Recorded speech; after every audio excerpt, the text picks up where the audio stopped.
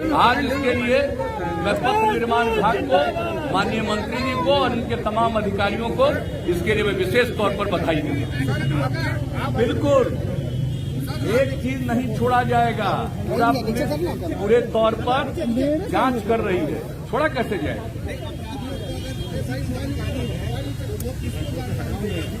अपराधियों को जानकारी है, पुलिस को जानकारी एकदम पुलिस को जानकारी दे।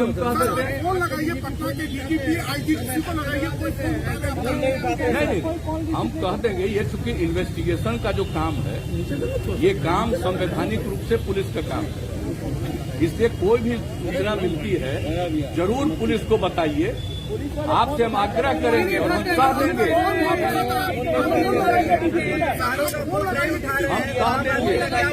हम डीजीपी को बोल देंगे, आप किसी और को नहीं डायरेक्ट डीजीपी को बता देंगे। हम देख लेंगे, हम आज ही पूछेंगे। अरे हम अभी पूछ लेंगे, अभी पूछ लेंगे। हम मोबाइल लेके तो चलते नहीं। आप लगाइए, आप लगाइए, आप आइए। अरे आप मेरे साथ आ जाइएगा। देखिए आप लोग इसके साथ अपराध की तुलना मत करिए। अपराध पर जितनी कार्रवाई हो रही है इसको भी भूलिए मत। और ये दुखद है कि किसी की हत्या होती है, और आप जान लीजिए कि हत्या का कोई न कोई कारण तो होता ही है, और उसी को पुलिस लगती है पूरे तरफ से इन्वेस्टिगेट करने में, और उसके बाद उस सही आदमी को, जो अपराधी है, उसको पकड़ लेती है। तो अभी जो घटना घटी है उस पर जिस तरह से काम हो रहा है, जैसे ही घटना घटी है हमने खुद डीजीपी से पूछा और बात किया। ये लोग स्पेशल टीम बना करके देख रहे हैं, लेकिन आप जान लीजिए कि ये किसी से परमिशन लेकर के करता है। और आपको किसी को मालूम है? अगर मालूम है तो बताइए प्लीज। अगर कहीं से भी पता चले कि किसका मर्डर किसने किया, आपको अगर कहीं से कोई संदेह और कोई अब मिलता है तो बताना चाहिए ना। लेकिन नहीं, ये सवाल, आपका सवाल बिल्कुल गलत है, आपका सवाल अनुपयुक्त है। मैं कह रहा हूं, और अच्छी तरह जान लीजिए कि आप इस तरह से पुलिस को डिमोरलाइज मत करिए। और पुलिस पूरे तरह से काम कर रही है, और जो भी पुलिस वाला अगर अपने काम को नहीं निभाता है उस पर भी कार्रवाई होती है। आप जरा गौर करके देख लीजिए, पहले क्या होता था, हम आप ही से पूछते हैं क्या था 2005 के पहले क्या था, कितना हिंसा, कितना अपराध, किस तरह से होता था। आज वो स्थिति है, आज वो स्थिति है। पूरे बिहार, पूरे देश का हर साल का फिगर प्रकाशित होता है अपराध के आंकड़े का। बिहार अपराध के मामलों में 23वें नंबर पर है।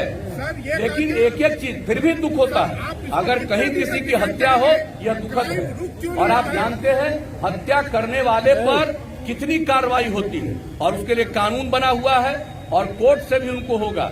और इसके बारे में पूरी जानकारी इस पूरा पुलिस कर रहा है और जाएगा, और इसका स्पीडी ट्रायल कराने का इंतजाम किया जाएगा, ताकि कोई भी जो इसके लिए जिम्मेवार होगा, जो भी इसका लिए अपराधी होगा, उसके ऊपर सख्त कार्रवाई तत्काल हो। लेकिन मुझको भरोसा है, अभी डीजीपी ने मुझको जो आश्वस्त किया है कि पूरे तौर पर एक एक तरफ से लगा हुआ है, यहाँ का एसपी से लेकर के आईजी से लेकर के, और टीम बना करके लगे हुए हैं। तो एक बात तो है, अब अपराध हुआ है तो, लेकिन और लोगों को भी जरूर इसके बारे में असेसमेंट करना चाहिए कि अपराध किसी का भी होता है तो कौन से कारण से किया है। तो इन सब चीजों के बारे में अगर पता हो, क्योंकि हम लोग इसके लिए बहुत कंसर्न है, और आप अच्छी तरह जान लीजिए, आप अच्छी तरह जान लीजिए, जरा जा करके दूसरे राज्यों में भी चले जाइए। मैं भला आपसे कोई बात कर सकता हूँ? आप इतने महान व्यक्ति हैं, और आप किसके समर्थक हैं? मैं आपको डायरेक्ट पूछ रहा हूँ। आप जिनको राज मिला 15 साल तक, पति पत्नी के राज में जितना अपराध होता रहा, आप उसको क्यों नहीं हाईलाइट करते हैं? आप करिए, हम क्या भाषण दे रहे हैं? हम कोई भाषण नहीं दे रहे हैं। आप जो आजकल जो किसी के चीज के बारे में, कोई भी किसी चीज के बारे में जो लोग बोलते हैं, एक एक चीज पर एक्शन लिया जाता है। लेकिन अब आपका तो हम कर नहीं सकते हैं, आपकी तो हम बड़ी इज्जत करते हैं, लेकिन इन दिनों आपके सलाहकार हैं आप उन पर भी जरा ध्यान दीजिए और नई ट्रेनिंग भी करवाइए।